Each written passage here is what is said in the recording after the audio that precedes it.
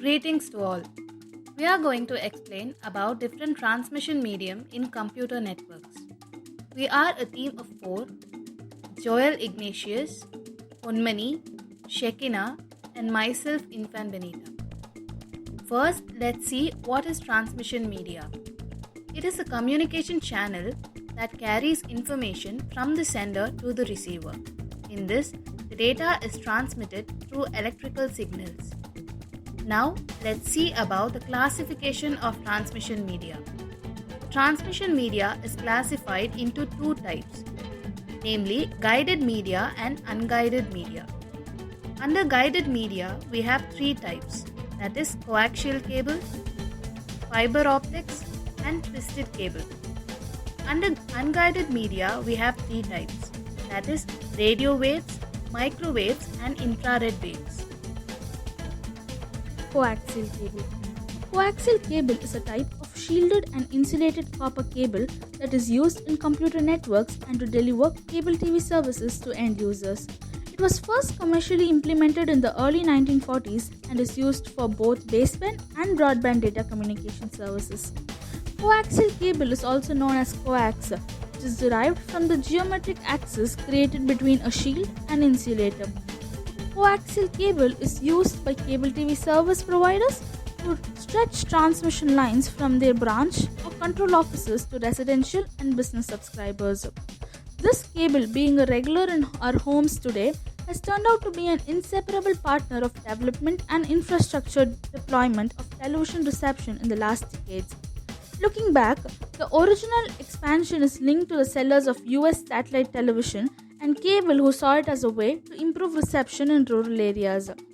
The evolution of its use went through various significant stages, as were the beginning of the generation of specific content for distribution on this medium and its combined use with satellite transmission. Currently, the use of coaxial hybrid networks HFC has reached a level of maturity which results in the integration of services beyond television, including the triad of telephone, television, and broadband internet. It consists of four primary components as follows: a core wire which serves as the primary channel. Secondly, a dielectric plastic insulator which surrounds the copper. Next, a braided copper or aluminium sheet beneath the insulator. This is used to protect from external electromagnetic interference.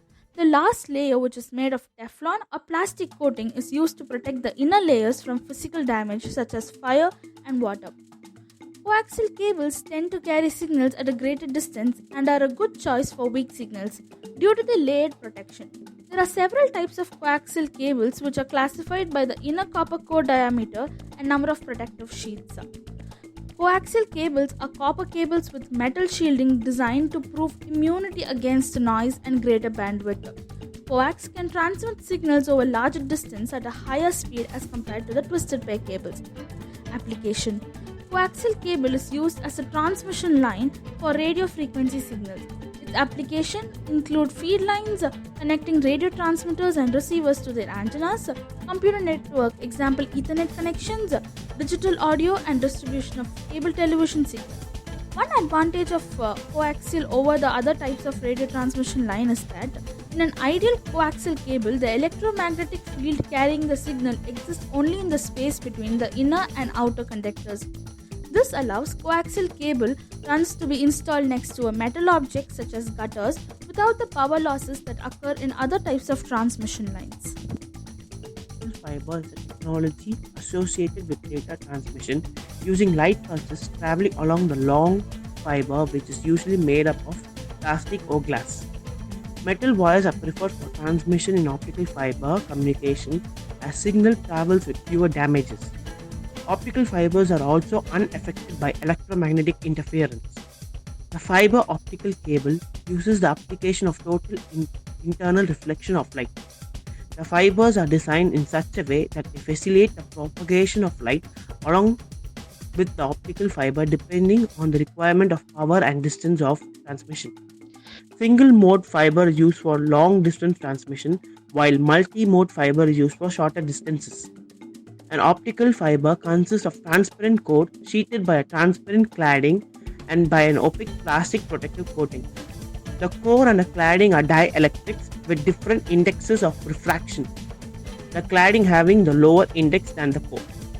The outer cladding of these fibers needs better protection than metal wires. Over to Benita.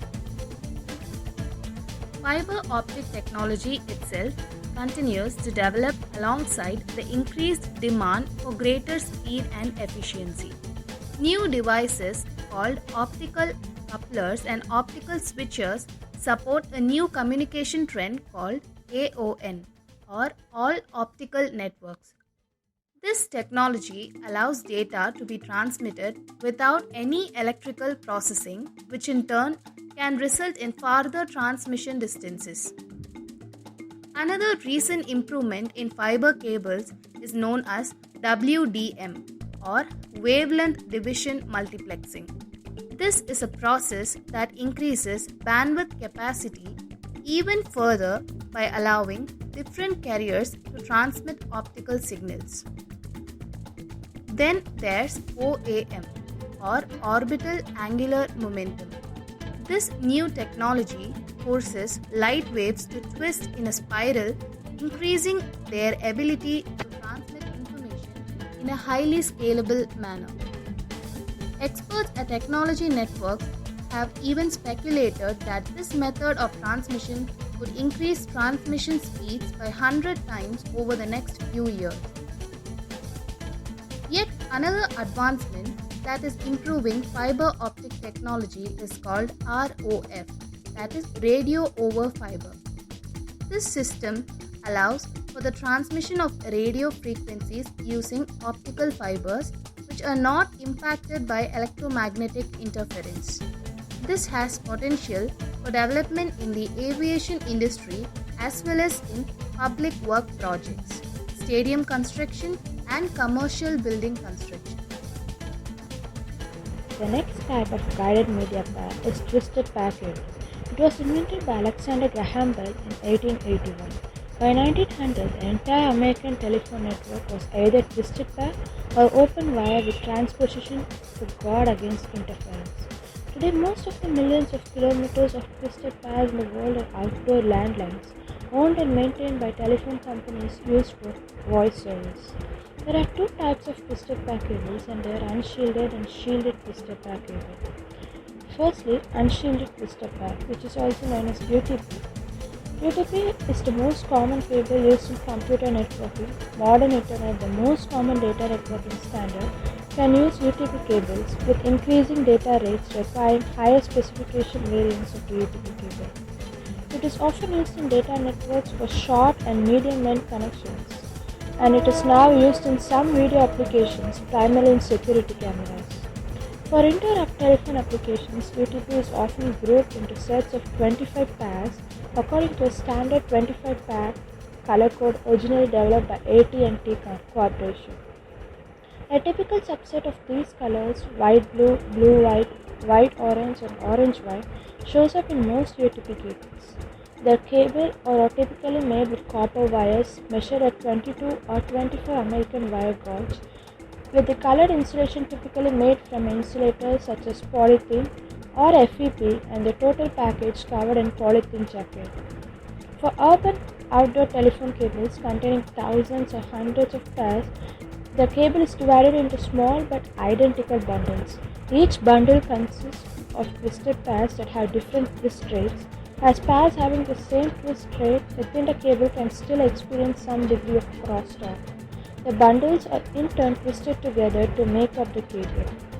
And the second type is shielded twisted pair cable, which is STP, and these type of cables have an extra insulation or protective covering over the conductors in the form of a copper braid covering. This covering provides strength to the overall structure of the cable. It also reduces noise and signal interference in the cable. The shielding ensures that the induced signal can be returned to the source via ground and only circulate around the shield without affecting the main propagating signal. The STP cables are also color coded like the UTP cables, as different colors are required for analog and digital transmission. These cables are costly and difficult to install. Finally, the useful attributes about these twisted cables are Firstly, electrical noise going into or coming from the cable can be prevented. Secondly, crosstalk is minimized. It is the cheapest form of cable available for networking purposes and it is easy to handle and install. And it also has some limitations. The firstly, deformation. The fragility of the twisted pair cables makes the installation practices an important part of ensuring the cable's performance. Secondly, delay skew. Due to different twist rates used to minimize crosstalk between the pairs, different pairs with the cable have different lengths and thus different delays. This can degrade image quality when multiple pairs are used to carry components of a video signal. Finally, imbalance. Differences between the two wires in a pair can cause coupling between the common mode and the differential mode. Thank you.